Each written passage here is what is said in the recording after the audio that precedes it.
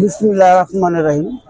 আমরা এখানে দাঁড়িয়ে আছি, কথা বলতে পারতেছি, এমনকি স্বাধীনতা ফিরে পেয়েছি বৈষম্যবাদী বিরোধী ছাত্র আন্দোলনের উৎসবে।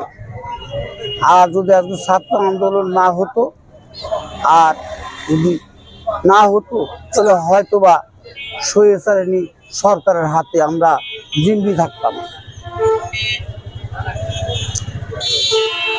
ছাত্র আন্দোলন শুরু আজকে আগস্টের 5 তারিখেই হয় নাই।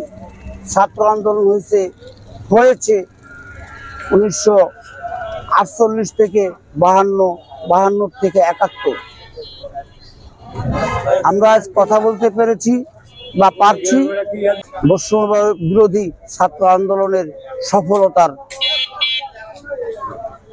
সফলতা পেয়ে আমরা নিজ ভাষায় কথা বলার অধিকার এবং ভোট ও ভাতের অধিকার খুঁজে পাওয়ার স্বপ্ন দেখছি। আজকে আমি বলতে চাই, এদেশের মানুষ এখন সচেতন, এদেশের মানুষ কথা বলতে শিখেছে, এদেশের মানুষ ভাষা ফিরে পেয়েছে, এদেশের মানুষ স্বাধীন হয়েছে। তবে এই স্বাধীনতাকে রক্ষা করা বিশাল এবং কঠিন দায়িত্ব। আমাদের এই স্বাধীনতাকে রক্ষা করতে হবে। স্বাধীনতা রক্ষার স্বার্থে গণ অধিকার আন্দোলনের সৈনিক হিসাবে আমি আপনাদের মাঝে দুটো কথা বলতে চাই।